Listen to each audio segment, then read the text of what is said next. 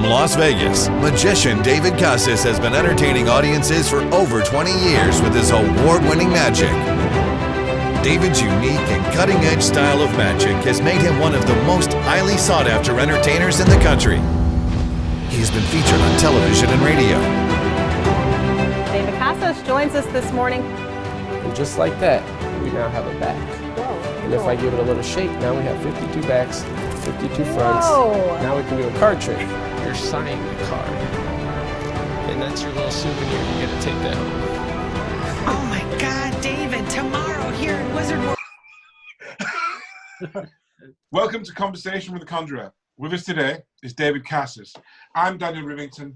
This is Alex Johnson. Let's get to it. David Casas is an Iowa stage magician, close-up magician, well known for his comedy act, his sleight of hand, family-friendly, and an act that appeals to all ages. David, thanks for joining us today. Hey, thanks for having me. Appreciate it. Now, do you think I messed that up too much? No, it sounds good. Yeah, I mean, it's fine. Yeah, no one's judging you. Good enough. So you do stage magic, like stage, parlor, close-up, strolling, and you also teach magic lessons? Yes, I teach. I've taught lessons for a long time as well for kids and adults. It's harder to get the adults to sign up, but I have done a couple adult classes. And I've done teenagers as well. But typically, the best stage I seem to get a lot of is like 8 to 12. What types of things? I saw on your site you're saying that all the material will be provided. What types of things do people usually approach you wanting to learn, or do people just come up and say, "Hey, I don't know anything about magic. Teach me from the ground up"? Yeah, so basically, like my beginner classes, I mostly teach advanced classes too, but mostly my classes are the beginner ones. So I'll just teach some stuff like cups and balls, just using like cotton balls and like paper cups, stuff you can just get at the dollar store, rubber bands, simple sleight, like the French drop, vanish, some basic couple of really simple to do card tricks. How do you, how much of your time is balanced between, performing and teaching? Have you been focusing more on teaching now because of the quarantine, or have you been doing Zoom shows? Yeah, I've been doing a few Zoom shows. Just finally, recently, it's hard. It's been hard. It's different. I don't really like it, to be honest, to perform over Zoom. It's just, when your shows uses a lot of audience participation and there's also a little bit of a delay and stuff too. Yeah. And, people want to mute themselves, and I'm telling jokes and I hear them laughing, but I can't. So I feel like a comedian bombing. I'm like, I see you laughing, but I can't hear you. So I'm like, no, just unmute yourself. But yeah, so it's been tough, but I've been trying to do more Zoom lessons, magic lessons, because I usually just teach in the fall for the park districts. But now with school being canceled early because of the whole pandemic and everything, I'm actually going to start here in a couple weeks teaching for one of the park districts here in town that I usually do only in the fall. But they were like, hey, we need some stuff for the kids because a lot of the pools and everything's closed right now. So they just need something to do, for the kids to do right now to keep them busy. So you do like group lessons, or you? Yeah. Yep. Yeah. So over Zoom, I'm just going to have them all come on, and usually I'll do a maximum of 12 kids. Seems like a good number. Yeah. And I get a lot of boys and girls, so it's cool to have a mixture of both, and it's really fun. I enjoy doing it. I love kids, so I love working with them too. It's cool to see them. I've seen a video of you doing Omegle magic. Is it Omegle? Where it's like chat roulette, where you go online. Talk to people. Yeah, I just actually just started doing that. I had never even heard of Omegle. I've never heard of chat roulette. You get the idea from Ryan. You know Ryan, don't you? Yeah, Ryan and Jonathan. Yep. That's actually how. And have you ever bumped into one of those guys while you've been doing it? I have not yet. No, I've bumped into other magicians. Yeah, that'd be cool. I bumped into other magicians, but never them. So, but yeah, how does that work? Like in the Omegle and chat roulette, you get to follow like a certain tag to join a certain group or something. So, what types of tags do you follow when you go to perform? Yeah, I'll just put like YouTube. I'll put magic, card tricks, just stuff like that. And then, yeah, you need, like I said, it's kind of brand new to me. I literally just started. I only have like 2 or 3 videos out now, but I've been filming it, and it's more so I do it to keep my skills sharp. Is why I'm doing it, because I have a couple a residency at the Applebee's restaurant. I do magic for kids night there once a week. Yeah, I saw Applebee's logo on your website. I was going to ask about that. Yeah. So I've been with them for like 8 years. Every Wednesday night for 2 hours, I just do table magic while people wait for their food. But is that considered, like, would that be considered a corporate gig, or does that come from just branch location and it's just through the management there? It doesn't have to go through the corporate. Yeah. It's they had to get corporate permission to hire me, but it's like all the restaurants I've done restaurant magic for probably 20 years as well. They always they hire me as like an independent contractor basically. So I'm not actually an employee of Applebee's. Yeah. So I'm just like an independent contractor, and so that's fun. I mean, I love doing the restaurant magics. It's a good way to keep your name out, hand out your business card. I book a lot of work from that. So how does that work? You just be posted up in a corner and have people come to you? Do you actually go to their tables or just stay around the bar, or what? Yeah, I just go table to table. I'm pretty have free range of the restaurant. Sometimes if like a food's running late or they dropped it, they had to make them another plate, the server will come get me and they'll be like, hey, can you go to my table and keep them occupied because their food's taking long so they don't get mad and stuff, so it's a good way to keep them entertained, and it adds something unique to the restaurant, because a lot of people tell me, oh, we came just because you're here. So I'm like, well, that's kind of cool. How would a magician even go about getting started with that? Just go up to a Applebee's and say, hey, I'm a magician, can I perform for a night for free to see if it works? Like, how'd you get started? Yeah, that's exactly how I do it. I basically scope out like restaurants that I would be interested in going to. I would go eat there first and kind of see if I like it. Like if I was unfamiliar with the restaurant. Something that I hate, but that's just how managers are, like I get it. Like, sometimes I've had managers tell me, oh, well, we don't have a kids night here. Okay, well, just because you don't have a kids night doesn't mean I can't do magic here. You'd be like, sir, madam, I'm a very serious man. Yeah, so if they don't have a kids night or family night, they'll be like, oh, well, we don't have, and I'm like, that's okay. Like I can, adults like it too. Like to get out of that stereotype's kind of hard sometimes, but that's how I do it. I just go in there. I find out the managers that you need the general manager, not just the manager. You need the general manager is who you want to talk to because they make the decisions. And so I just go in there and I find out what their name is, and then I'll go one day and I'll dress up. I wear a suit and tie when I work. So I'll just literally, I cold, like you say, cold call, but I just cold walk in or interview. Basically, I just walk in and say, hey, is so-and-so here? Oh yeah, sure. Let me get him. And then I'm like, hey, and then I just pitch him. Yeah. I'm just like, hey, my name's David Casas, and could you have I was wondering if you might be interested in hiring me for my services. And they're like, oh, what do you do? And I tell them, I'm a local magician, and basically you have to create value to them. Right. Like what would they benefit? What do they get out of hiring you? So that's when I tell them, like, oh, well, if the food's running late, or if it's a Friday night, you have an hour wait. Instead of having maybe potential customers leave, they'll stay because I can go in the lobby and entertain them, make the time go by, and then they'll, have a seat and they'll stay. So how often do they be like, yeah, we'll think about it, but what can you show me right now? Put you on the spot. Do you have something prepared, to blow their mind? Yeah, so I'll bring 3 or 4 tricks with me, and I'll just say, hey, if you got a couple quick minutes, and then I basically pitch them, and then I say, can I show you a couple things?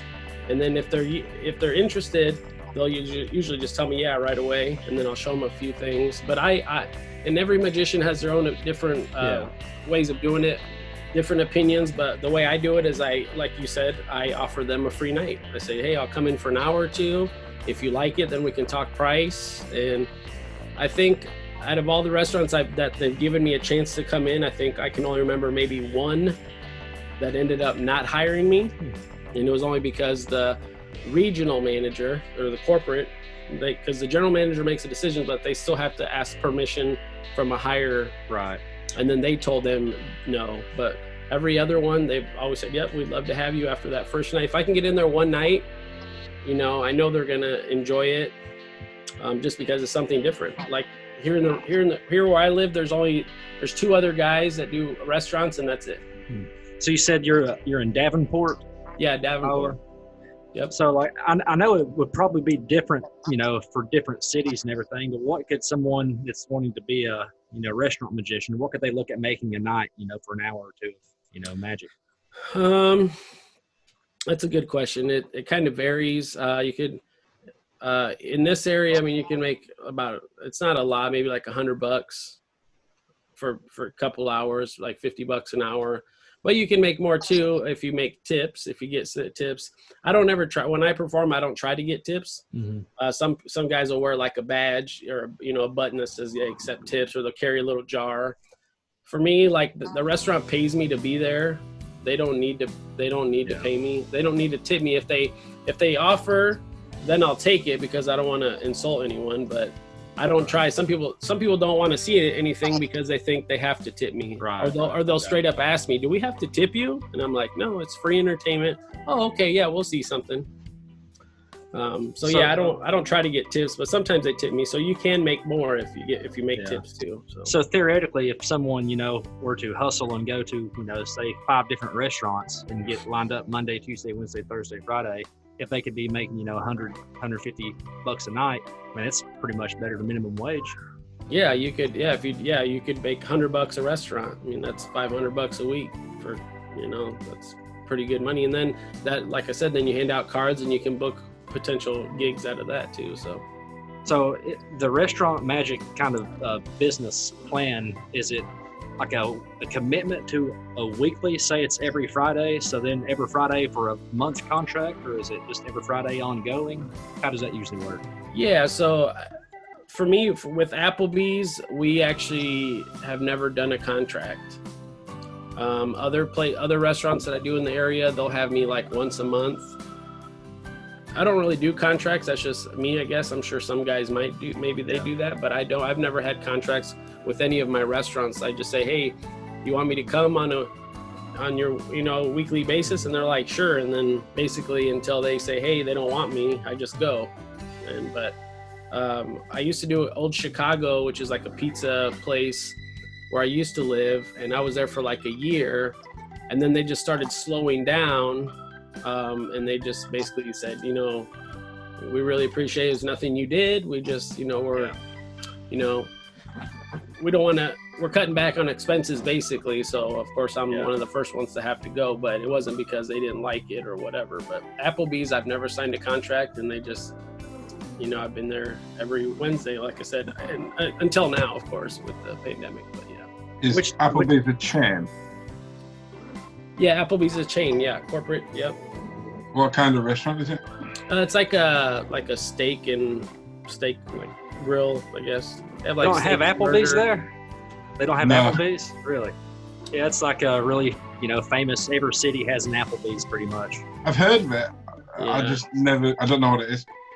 Yeah, it's like it's like a steakhouse basically, but they have other things, burgers and all sorts of good stuff. They have a nice little bar, Yep. If you don't feel like going to like an actual bar, a lot of people go to Applebee's. Yeah, they got a bar with TVs and stuff. While you've been doing restaurant magic, what's the most memorable experience you've had with a sort of a client or a customer? While doing restaurant magic? Mm-hmm.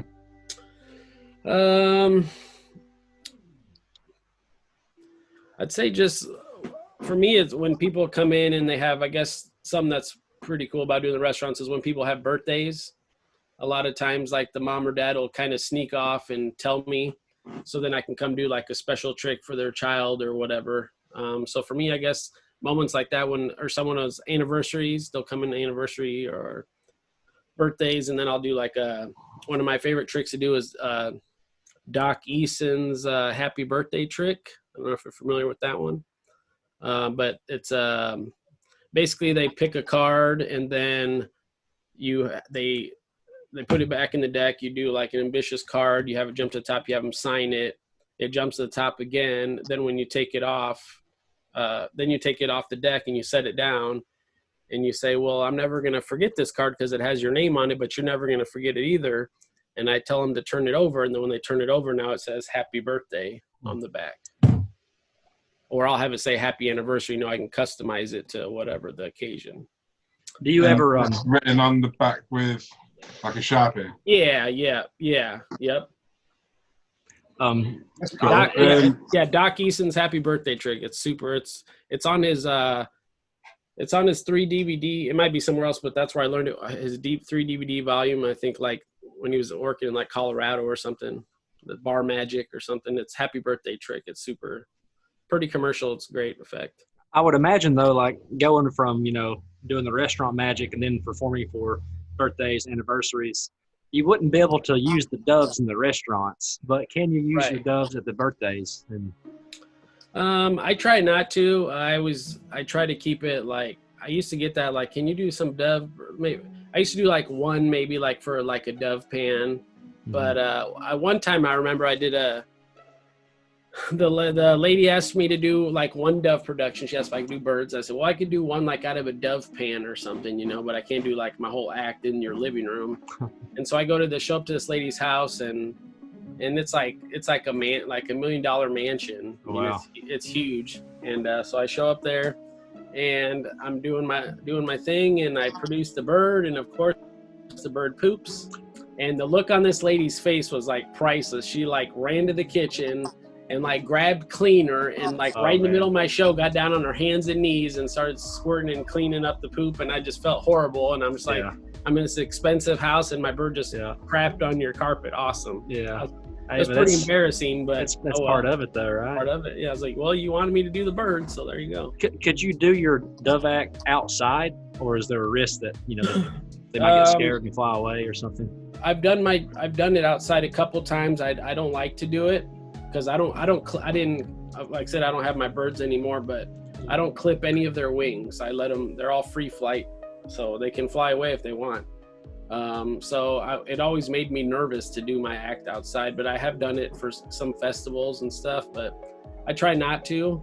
Mostly I always wanted to, you know, indoor stage or like a gymnasium, or it doesn't have to be on a stage per se, but like if I was in a banquet room or, you know, like in a gym on one end, I would do it there. So as long as they were library shows, I did a lot of library tours, you know, as long as they can, you know, they're at a good distance away. But when you do a dove act, do you have people concerned about the welfare of the animals? You know, I have never, not even, I think maybe once ever, I had some lady said that she was from PETA come up to me and ask me if she could see my birds after the show. She wanted to make sure that they were alive and well, and you'd be like, lady, these are my doves. I've been taking care of these for years. Yeah, and I was like, they're like the stars of the show. Like, I take very good care of my animals. I'm like, yeah, come back and you can look at them. They're in their carrier in the back. And so she did. She came around and looked at them, and she's like, oh, okay. And then I have the one bird I had dyed it blue with food. Yeah, I saw that one. Yeah, that looked awesome. Yeah, with food coloring. It's like an Easter egg basically. Yeah. I just spray it on the bird, and it doesn't hurt the bird. Yeah. A lot of guys don't like to do it just because it's messy and you have to. I was wondering because that picture with that blue bird, I just was like, this has to be Photoshop. But you actually sprayed it? Nope, I sprayed on them. Wow. Yep. And then it lasts about a month before I have to reapply, because then they start getting speckled, you know, white and stuff. So, but I did have a couple people a couple times come up and ask how I made that bird blue, that they were concerned about its health. And I'm like, I just dipped it in paint. Yeah. Feed it Viagra. Dip it in paint. If it hurt the bird, I wouldn't have done it. I was like, no, it's fine. Like, they're like, oh, okay. So, but it's funny because most people, I'd say like 70% of the audience, every time I do the doves, they would always come up and ask, are those birds real? I'm like, of course they're real. Like, no, they're on remote controls, and I make them flap. Like, people always thought they were fake doves. Yeah, it's just a kite. Yeah. Sometimes they'd fly in the audience. Like I said, they're trained, but once in a while one would fly off into the crowd, and I just keep on going. And then I'd have my assistant go and grab the bird for me from the audience. And then after the show, they're like, I always thought they were fake doves when I saw them on TV, and now I can vouch that they're real. I'm like, yeah, they're real. So you were saying before we started recording that Lance Burton was a big influence on you and actually got you into magic? Yeah, Lance Burton and Tony Clark and then my mentor, my future, Jason Byrne. Lance and Tony were more of like, I would say, like classical dove acts, and then Jason Byrne was one of the first ones that I saw. It was more, I don't want to say modern, but that used, I guess, different, without giving too much away, but they would use different methods to produce the bird that I had never seen before. It's like if you want to learn card magic or any other type of magic, you can just, go buy a book or a DVD. Is it the same for learning dove, or do you have to have like a mentor to actually kind of help you train and show you how to train? Yeah, that's a great question. No, there's several videos on dove magic nowadays that you can find. I think I've got a book over there. Yeah, I have a book too. I have a couple books. But yeah, there's several great videos on dove magic nowadays. I think I have probably every dove video ever made almost. Oh, wow. And now I don't even do them anymore, but I still have my collection. But it definitely helps though if you can have a mentor, I think, with dove magic. It's when I first started, my first teacher, luckily he had done doves before, so he kind of got me started. When I started back in high school, he helped me with my first dove act. But it takes, like you said, it's a lot of work, not just it's like I was saying before, it's like a full commitment. It's not like just, to have a deck of cards and put them away. It's an animal you have to take care of. Yep, you got to take care of them, and then it's just a, with cards you can practice till your hands are sore, but I mean with birds you got to give them, just animals, you got to give them a break after a while, shoving them in your coat in and out. They need to take a break too, but it's a lot of repetition, just like with anything with a card move, whatever, just to get it smooth and flawless, basically. This might be a silly question, but I saw Lance Burton's show. I saw his dove act, and it seemed like he had to have probably 12 doves stuffed on him somewhere. Mm-hmm. Is there like is that kind of typical to have hidden pouches to be able to? Oh yeah. Without giving away too much. Yeah, they're all on their. There's, you can do other productions from other props, but yeah, you basically just have them on you and you just make them appear like what appears to be out of thin air, which is really cool. And there's a lot of don't fall over or sit down when they're in your pocket. Don't let no kids come up and give you a big hug. I've had that happen. People are like, hey, and I'm like, oh, hey, like, hey, fist bump. So yeah, I'm a germaphobe. This has nothing to do with my show. Right. I do not have live animals on my person. Corona 5. Corona 5. Yep. Social distancing. Yeah, I had some close calls. People tried to hug me and do stuff when I was loaded. And how do you explain it to them? I don't. I'm just like, oh, I'll hug you later. I think I would just come up with some excuse why they couldn't hug me at that time. And then after the show, they'll see, oh, now I understand. Yeah. Or a lot of people are like, man, you look like 10 pounds lighter when you got after the doves. Yeah. Because I had all the doves on me, and then I'm like all like big chested. And then when I'm done, I'm just like, Do you know, like, so do you have to hypnotize the doves? No, you don't have to hypnotize them. Nope. They're, like I said, they're super docile. They're easy to work with. But you do have to wear special clothing, special tucks, obviously, with, that's to be pretty expensive. Yeah, it is. I had it all custom made to help basically keep the birds, so it doesn't look like you have birds on you. Basically. And plus it has to look good. It can't just be a big baggy suit. Right. Yep. Yeah. I had to have mine custom tailored, and that's expensive too. So. Mm-hmm. So, who do you admire most in the magic world? Are you talking like close up or stage or both or? Just magic. Okay. I still love David Copperfield's always been still one of my favorites to this day. I've never met him though. I've seen his show, but I've never met him. Lance Burton, of course. Jason Byrne, who was my mentor in Las Vegas. He's got one of the best bird acts, in my opinion. He still lives out there. Tony Clark, of course, Channing Pollock, Shimada, all the great dove workers. And then close up, I love Jay Sankey, Richard Sanders, Daniel Garcia, David Williamson. Those are some of my favorite close-up guys. Awesome. But yeah, David Copperfield, stage illusionist. He's still one of my favorites. So, like you said that you're changing your act and you're taking doves out. Yeah. Are you still wanting to pursue stage magic? Yeah, so I'm still doing stage magic. I just don't do the birds anymore. I just got rid of the birds. So what other stuff is part of your act, and moving forward, have you got anything that you want to go into? Not really. I guess basically I'm working on like I do card manipulation in my dove act, so it's actually like both. So I want to come up with like a longer like manipulation act with just cards, maybe, or maybe like cards and CDs or something, just something different.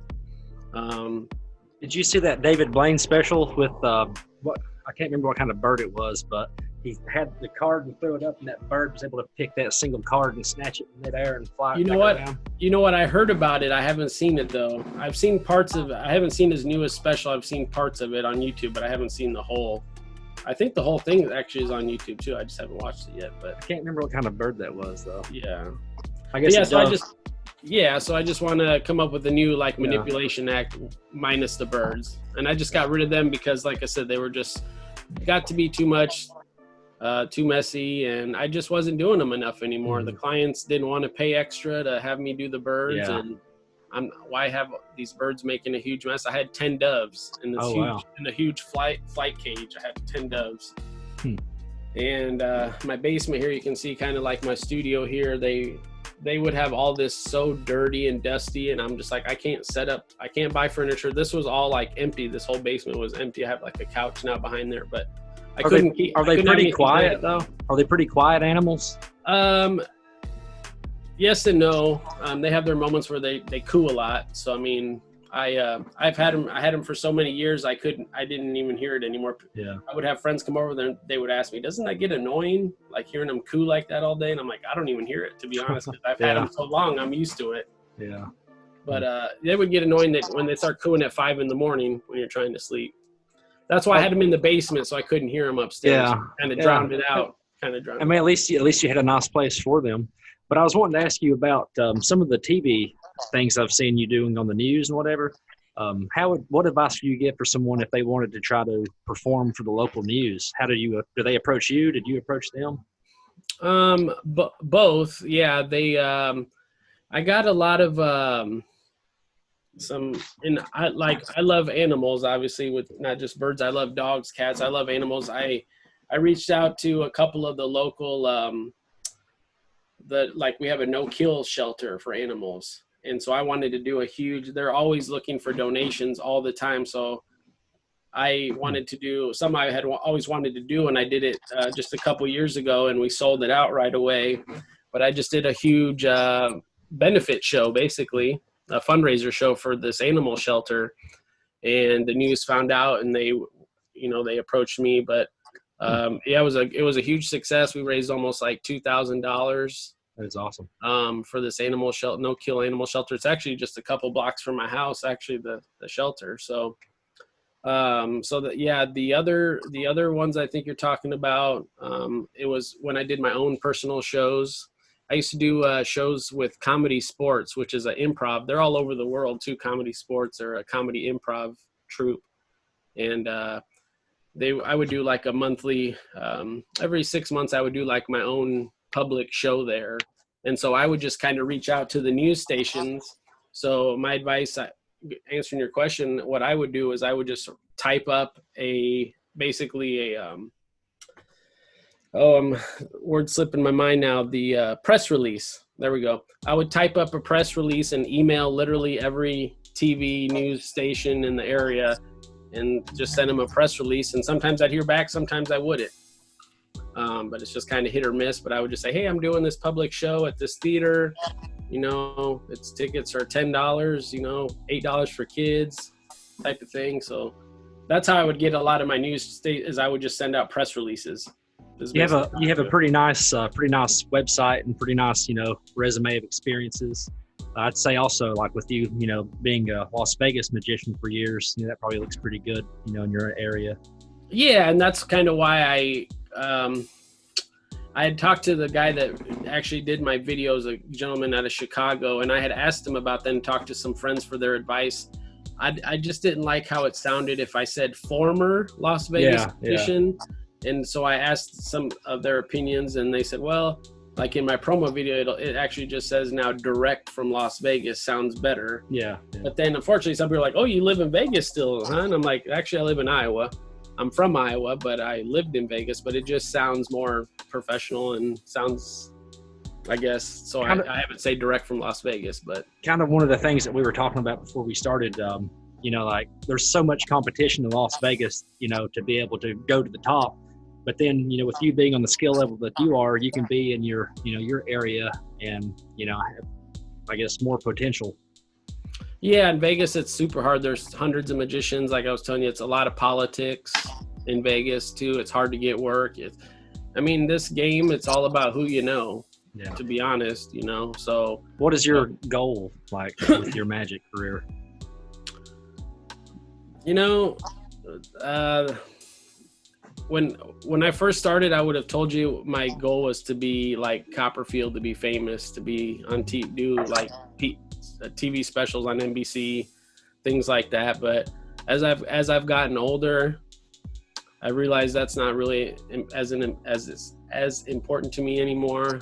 I don't think that's really the right reason that anybody should get into. You know, I do it now because I mean I've always loved it, but the older I get and just the more things that I've done, I'm just happy with being able to support my family and do it full time. And I mean, that's huge. You know, that's huge. To me, and to me, that's a success. You know, before if you would have asked me that 10 years ago, I would have said, "Oh, I want to be on TV. I want to tour. I want to be famous." But you know, but you have been on TV and you have toured. But I have, yes, I have. But I guess not on the scale that I play. Yeah, I guess not on like Copperfield getting a big tour bus would be awesome, but. So yeah, like I said, I've been able to do it full time, and that's, you know, I still would, you know, it'd still be cool to, you know, have your own theater and stuff like that. But like I said, the older I get, the more, I mean, like I said, as long as I'm able to do it full time, then I'm content with, you know, just doing what I love. And, you know, it's not about the money. It's just being passionate and doing what you love, you know, being able to make people smile and laugh. And that's cool. I know that we talked about you teaching, but have you published anything, or have you thought about publishing anything? No, I'm kind of working. It's on the back burner right now, but I've been working on a lecture. I've had we have a local magic club here in the Quad Cities, and I've had people ask me, you know, a lot of time, you know, several times, you should do a lecture. You have so much experience. I'm sure you could. You know, so right now I've been working on like a close-up lecture / restaurant lecture. I've been asked about doing a Dove lecture, but I don't want to, I guess that doesn't interest me doing the Dove lecture because I've done it so long too, but more like restaurant close-up, just my different thoughts. You know, I have a lot of restaurant videos as well, but there's always like tidbits of information that I wish they would have said that they didn't say. And just from my experience, so then I kind of take notes. So yeah, I've been working on a lecture now. It's just in the very beginning stages though. I basically just an outline of things I want to talk about.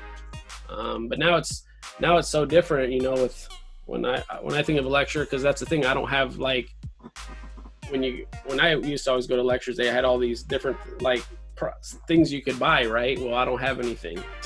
I don't like, I would have maybe lecture notes, but I don't have like, oh, here, look at all these products that I've made, you know, buy it, you know, it just becomes more of a dealer show. Well, I don't have any products. So. I mean, just that little bit you told me about, you know, how to get, you know, gigs at restaurants. I mean, you could probably write an entire book out of that. Exactly. Just little things like that I think people would benefit and enjoy reading about. Yeah. Like how to land, there's information other places as well, but yeah, like how to land a restaurant, how to deal with hecklers.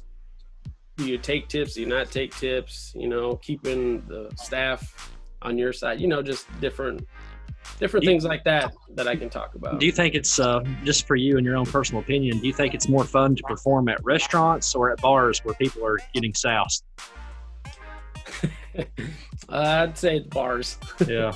Yeah, definitely. Yeah, it's way more laid back.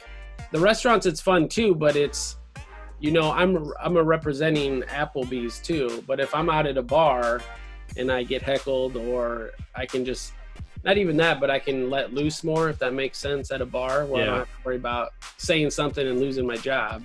Yeah. You know, so I'd say for me, it'd probably be more fun at a bar. People are just drinking, having a good time. I don't know if you drink, but another magician that I've talked to about this, he says he never, ever, would drink while he's on the job. It's like, man, if I was doing, bars, I'd be out there drinking, having fun too. Yeah, I don't drink, but I've had people a lot of times, they'll like, hey, I got to buy you a drink after that. They'll show them something, they'll amaze them, and they'll be like, oh, let me buy you a drink. And I'm like, just give me, and that's what I tell them. I would just say, oh, I can't drink on the job. I would just tell them, because I didn't want to insult them, but I'd just like, oh, okay. I'm like, yeah, maybe after the show, and then they forgot by then, and I'll just leave. Have them buy the drink and then say, if I fool you with this next trick, you got to chug it. There you go. So, but yeah, it's sorry, I didn't mean to interrupt you. Go ahead.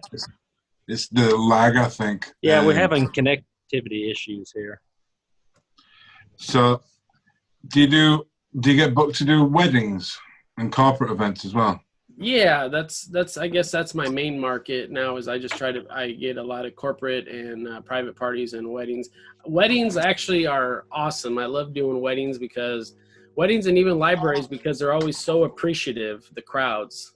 You said libraries. Yes, I do a lot of library shows. I didn't do any, of course, this year, but usually every year I do about 20 to 30 library shows. I'll do 2 or 3 shows a day at the libraries. So they all have like summer programs here. So they hire entertainers from all over the country to come in and entertain. They always have like a theme, stuff like that. So I really love to do library shows, just because they don't pay as much as some of the other shows that have a smaller budget. But like I said, it's, you do 2 or 3 a day, or 5, 6, 7 a week. That's still making pretty decent money. So. But weddings, I love weddings because I just do walk around. I don't have to carry props. Like when I do my library shows, for example, or a corporate show, I just walk in with my suit and tie. All my tricks are in my pockets. I walk in, I do my thing for an hour, and I'm out. Like the weddings, I always just do an hour. Is how I book my weddings. Just an hour. I'll do it up until the bridal party gets there, and then I'm out. So I've done 2 hours before, but usually an hour seems to be a good time frame for weddings, in my opinion. Depending how many people are there. Yeah, right. Yeah. Yeah, I think over 2 hours. For 2 hours, if you've got one magician there, you probably get around 100, 150 people. Yeah. If it's a really big function, you need either 2 magicians, or you need to stay longer than 2 hours. Yeah, a couple. Depends on the size.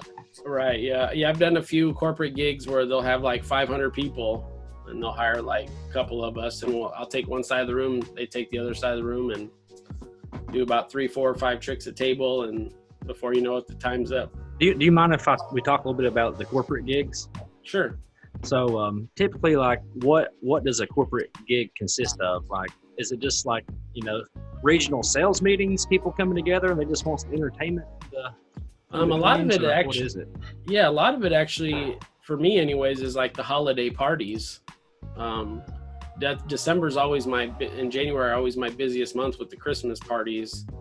And it's just like it's basically just like my stage show that I would do anywhere. It would consist of the open with the birds, and then, like I said, I do a lot of comedy bits as well and sleight of hand. Basically, be like an hour show. But what I like to do with corporate gigs, though, is I'll usually have 3 or 4 package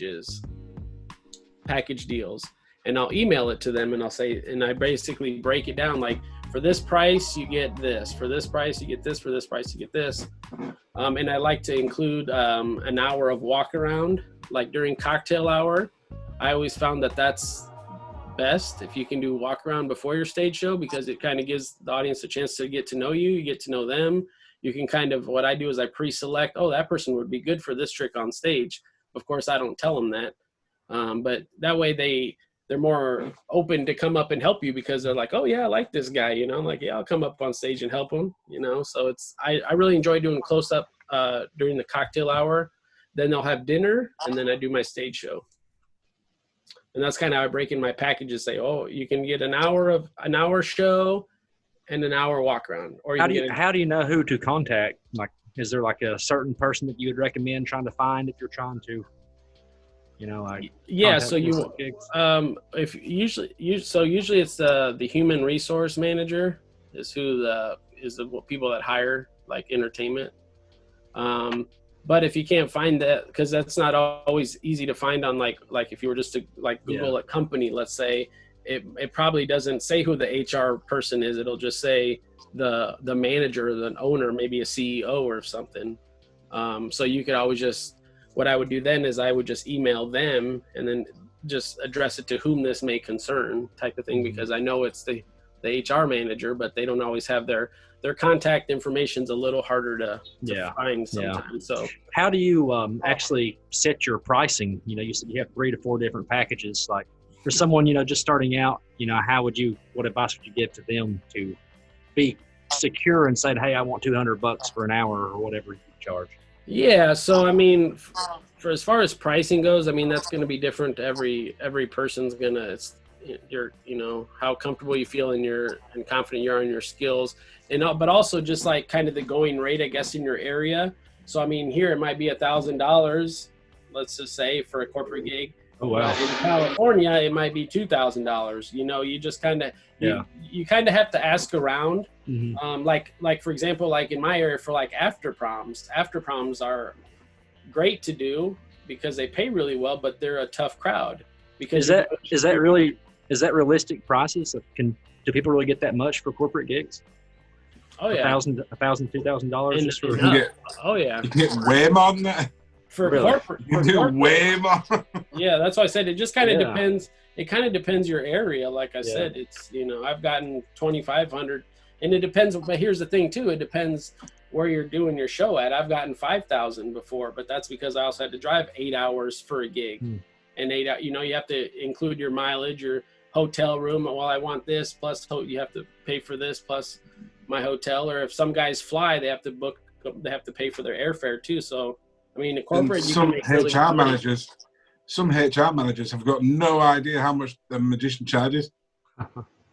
And it's not their money anyway, so they got a budget. So well, they've been given a budget. They've been given a budget.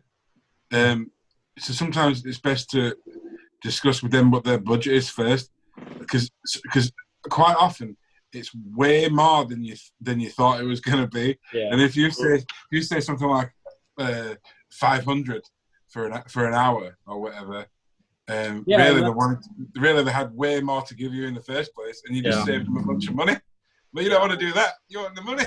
Yeah. Right. Well, exactly. Like that's exactly what you want to ask too. Is like you want to say, hey, do you have a budget you're kind of trying to stay within? They might say, yeah, we have a budget of $3,000. Okay. Well, I was just going to quote them $1,500, but they have a budget of $3,000. So they're, you know, now, like Daniel said, now you would be losing money. So that's a great piece of advice. Is you want to kind of ask them, oh, what kind of budget are you thinking, or are you working with? Because they might tell you more. And I have a friend, a local guy who just trying to start off going full time. And I always told him this, and he's just, he's like, oh, that's good advice. I told him is you always start high because you can always come down, but you can't say, oh, my price, you can't do the other way. Right. So if you're like, oh, let's just say you say like Daniel said, I said $500, but oh, you had a budget of 1,000. Oh, well, I meant it was 1,000. Like you can't, you know, so you can always come down in price. So in other words, never sell yourself short. But then when you do come down, it's because you're doing them a favor. Yeah. How important do you think having, you know, a nice website and everything is to getting these corporate gigs? I 100%. It has a lot to do with it. You know, if you look at some of the other guys, you know, I've had clients specifically tell me, I hired you because, you know, it's your brand, it's your image. If you have a website that it might cost more to start off with, but I mean, if you're doing corporate gigs and let's say a big company's looking at websites and they see these like websites that look like, you know, your little kid, your kid made it, and that ties back into, they're not going to hire you. They're not going to hire you. That goes back into just overall professionalism and being brand conscious of, you know, who you are and where you're trying to go professionally. Yeah, like my promo video cost me a pretty penny, but I made my money back and then some. Oh yeah. Because it's a great promo video. It sucked, you know. I was like, man, that's expensive. How much is it? But I was like, well, I gotta, you know, you gotta look the part too. I mean, you had to pay for all the editing, the voice actor. And I like the guy's voice. The guy was like, this is David Casas. Yeah. Was that the same guy that edited it and put it together? He hired, so the guy to Chicago hired the guy that did the voiceover, and he sent me 2 or 3 different samples, and then I picked who I wanted. Then he contacted the guy, so he does all the work. He just sends me samples of like the script, and then I'd say, okay, that's the guy I want. I like his voice. But I want to do when I get the Michael Bay movie guy, and then it's like, coming to a cinema near you. So I just want to finish up with the corporate gig talk. So Can we hold on? Corona. Can we hold on? Can we take a few minute break? Sure. We're back, guys. Just took a 2-minute break. Now, David, I wanted to ask you, what's the best advice that you've ever had? You said you had a mentor in Las Vegas. It doesn't necessarily have to be from him, but just any magic-related advice. What's the best magic-related advice that you've received? For me, my best, and I always tell this to everybody too, what's always worked for me anyways, I mean, maybe it worked for someone else, but I think it goes a long way. My motto, it's kind of like my motto, my mantra, is to always work hard and always stay humble. Because I won't mention any names. Yeah, I won't mention any names, but I met some guys in Vegas that I kind of looked up to, and then once I met them, you know, and they just have these egos, and that's unfortunate. Yeah, and it just, and, you know, I was disappointed because you look up to somebody and you meet them and they're just, you know, they're jerks. It's like, I think someone said, like, there's a quote about it. You know, it's like, you should never ever meet your idol. Oh, really? Yeah, for that very reason, probably. It's like, you know, your perception of who this person is, and then, you know, there's a variance of what actually is reality.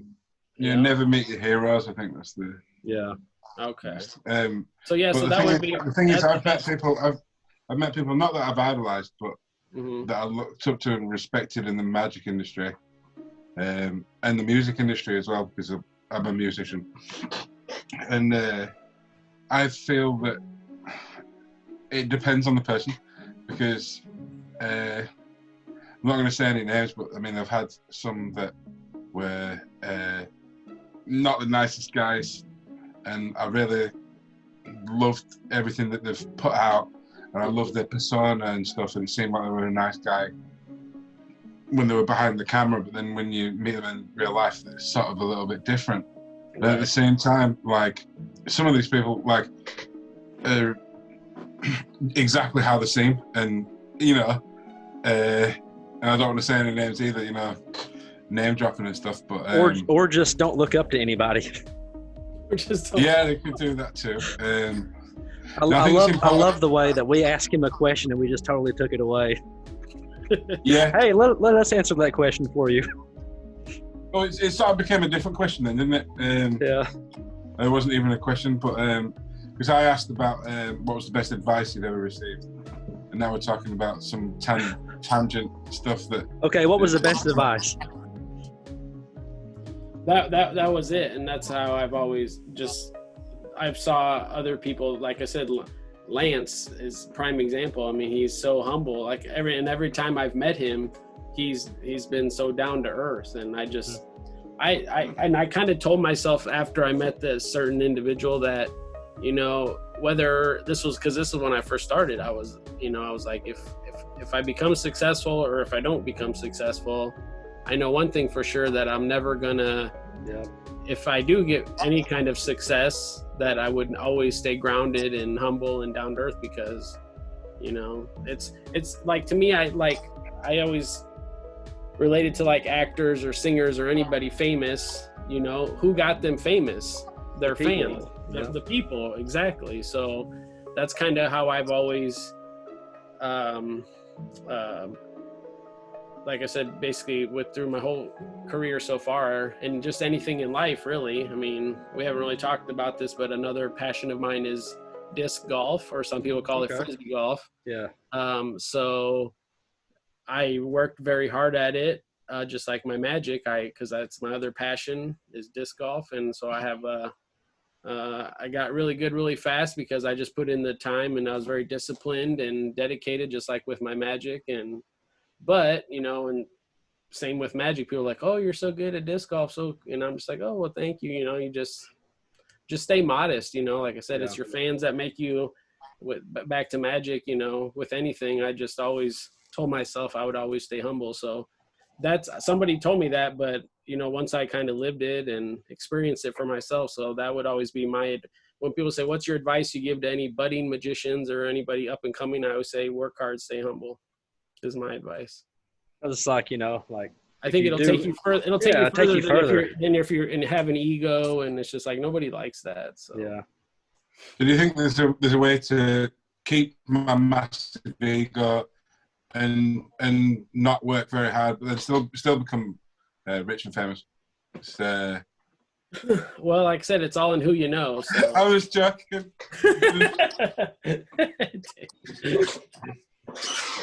I mean, you know, being the best, I'm gonna definitely come across some fame and wealth pretty soon. Well, we don't. Well, I wasn't gonna say that, Daniel, but you said it already for me. So there you go. No, I'm just messing around, obviously. So thanks for coming on, David. Hey, thank you for having me. It was fun. I appreciate it. It's been good. A lot of really good advice and information here. I'm taking a lot of this to heart. So, well, Alex, I was going to tell you real quick because I didn't want to forget. So you were talking about looking up corporates. What I did too was, it helps. Just Google like all the big companies in your area, and like if you we have like a Quad Cities here, Chamber of Commerce, and they have all the businesses listed on websites. You can find them. And then it's a lot of work, but you just go click down the list and just type up an email. That's what I do, is type up an email, type up the person's name. You don't want to just say to whom this may concern if you know their name, you know, and then you can just copy and paste your email, and then you just copy paste and send them off. That's like we were talking, it's like, that's something I would like to eventually get into. It's like, you know, I've been performing for years, but like, you know, only on the streets and at bars and everything. So I never actually did it professionally.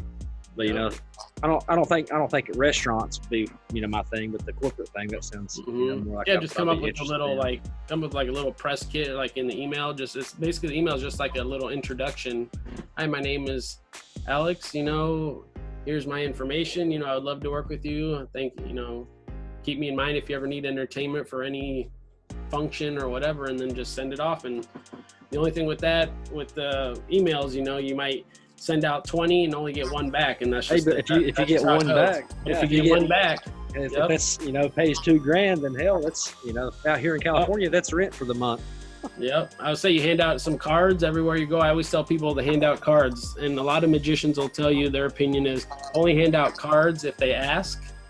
But I found in my experience, I just give out, I mean, they're so cheap, you know, you get tons, just always hand them out, because you never know who's, you know, that's how I get a lot of my shows now, is word of mouth. So people are like, oh, I found your card in my wallet, and I remember seeing you at Applebee's, and I have this wedding coming up, and always hand out your card. And on that note, having a really cool business card means a lot. Just check this out.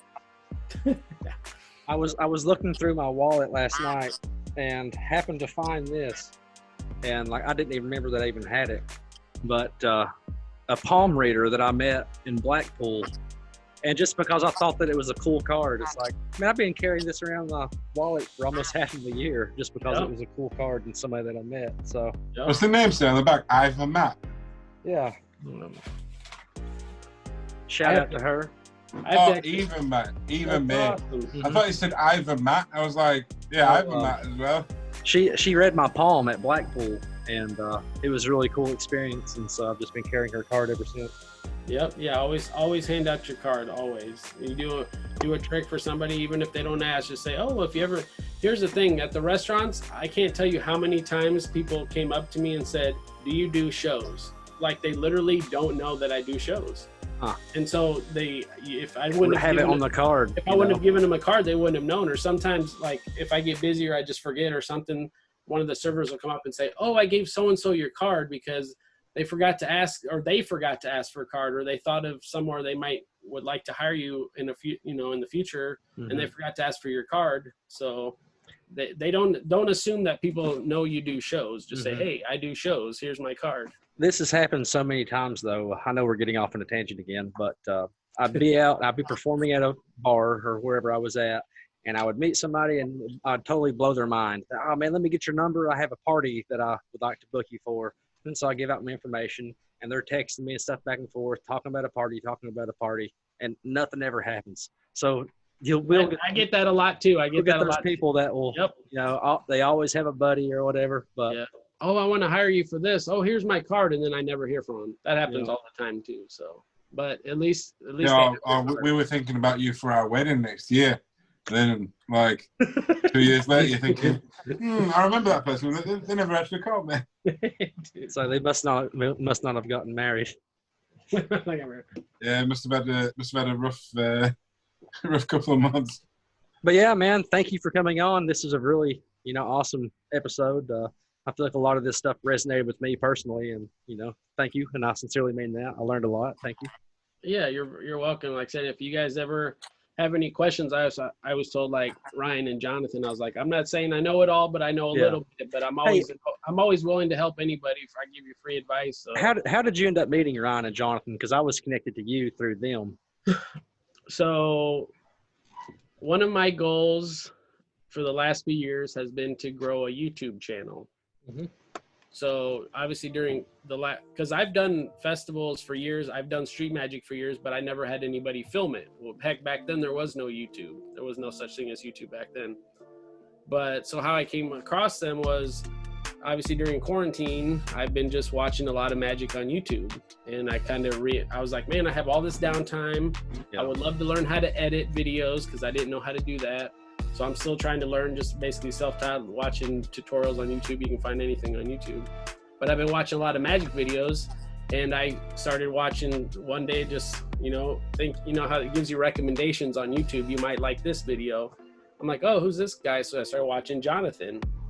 And I really liked his style, and he seemed really cool. And then he did a video with Ryan.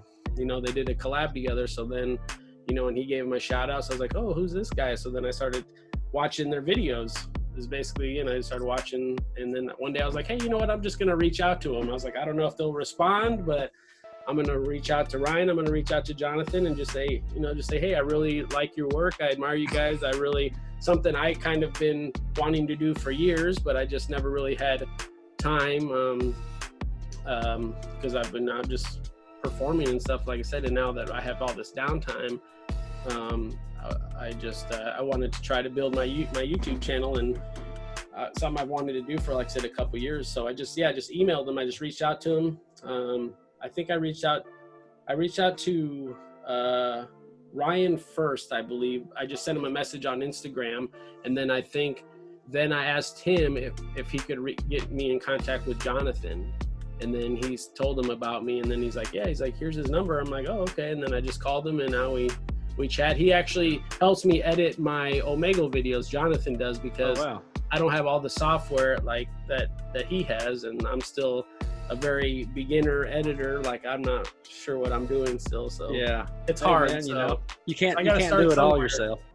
So so that's one of my future goals now is just to grow my social media, my YouTube. I got a whole I think 50 it was funny when I first met Jonathan. I was like, I got 35 subscribers. He's like, Ooh. he's like, ooh, 3,500, not bad. And I'm like, no, 35. Like, 35 people care about 35, me. not 3,500, 35. He's like, oh, we got to start somewhere. And I was like, well, now I got like 56. So slowly but surely, but start with 100, then 500, and then up from there. So that's kind of. But it's funny though. Like it all started. Even having you on this show, it all started because you simply just sent them an email, and then one thing led to another, and then they're talking about you and referring you to us, and so it's awesome. What a simple email can do, whether it's getting you a corporate gig or just making connections. Well, that's the thing. Yeah, I was just gonna say that's huge in this game too, is networking. It's like I told you earlier, it's a lot in who so it's all about networking and just being professional. Yeah, sometimes being in the right place, right time. A little luck goes a long way too. So. Yeah. Well. So everybody at home, thanks for joining us today. Please like, subscribe, all the things, the clicky things. We hope to see you again soon. David, thanks for spending your time with us today. And I hope to have you on again and see how you're getting on. Where can people find you? Where can people find you so we can drop the links below? Yeah, I'm very active on my Facebook fan page, which is David Casas Magic, Instagram at David Casas Magic, and then my website, davidcasasmagic.com. I'll put all the links down there in the description. Yeah, that would be awesome. So yeah, it was my pleasure. Thanks so much for having me, guys. I appreciate it. And it was we'll have to, hopefully next time, maybe it'd be 3,500 and not 35. How many subs do you have now? I have a whopping 56 now. Hey man, I mean that's a lot of progress. Oh, hey, it went up in a couple weeks just doing those Lego videos. You're almost up another 100%. Yeah. So I gotta come and catch up to all the big boys. So maybe someday. Well, keep on pushing, man. You're doing good. We still don't have many subscribers, so we're hoping to push those numbers up sometime soon. I mean, I think I've gained like 40 or so this month. Okay, I'll make sure to share all your stuff too on all my stuff, my social media too. So my fan page, I almost have 2,000 likes on my Facebook page.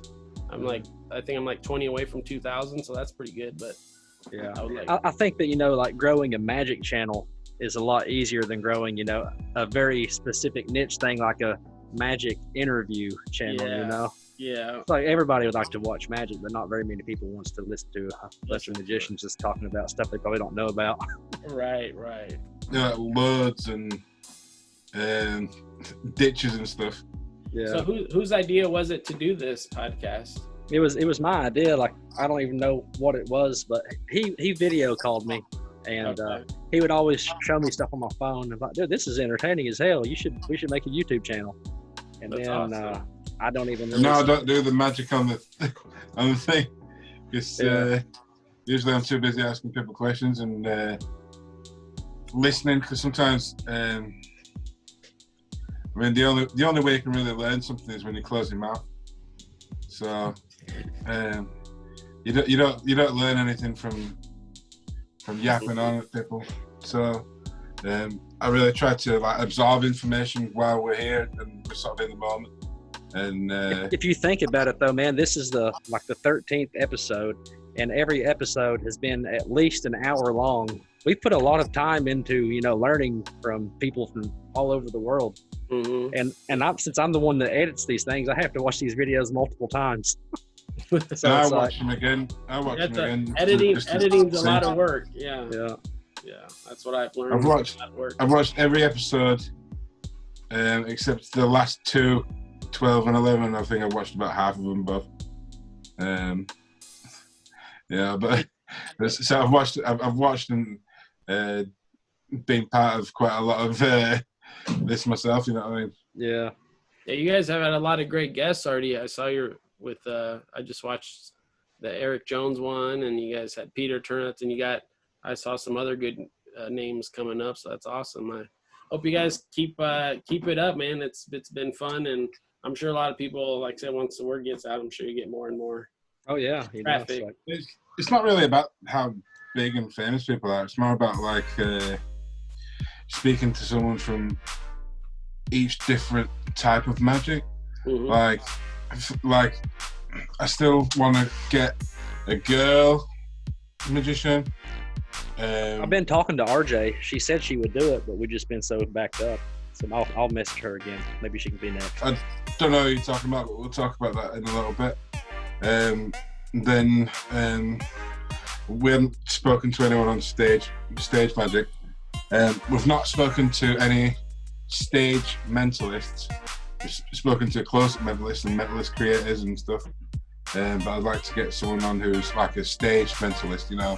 It's just sort of a different thing. I don't know if he'd be interested or available, but Paul Draper's a good stage mentalist. Yeah, and like Colin, Cloud, Banachek. Yeah. I actually invited Banachek. Oh yeah. Yeah. He commented on one of my Instagram posts, and I was like, hey, because it was one I've been to Spoon or whatever, and I pulled the shit out of my girlfriend, so I tagged him in it, and he actually commented back, and I was like, well, I might as well, and so I invited him, but he never did check his message. So, but maybe let me just have a look if my banana's still over there. Yeah, banana check. Oh man, that was very corny. Yeah. Yeah, and the thing is, I would do that while he's there. That's the thing. Well, that's just what it is. Go ahead and just pre-plan some like the worst, corniest dad jokes ever. But yeah, man, this has been like the longest outro ever. That was a 30-minute outro. So we have to edit it in half. I mean, I'm just gonna leave it all in. I think there's good tidbits in it. So. Well, yeah, I appreciate your time again, and like I said, we'll definitely keep in touch, and stay safe, and we'll talk soon again. All right, man. Thank you. Thanks, All right, everybody. take care, guys.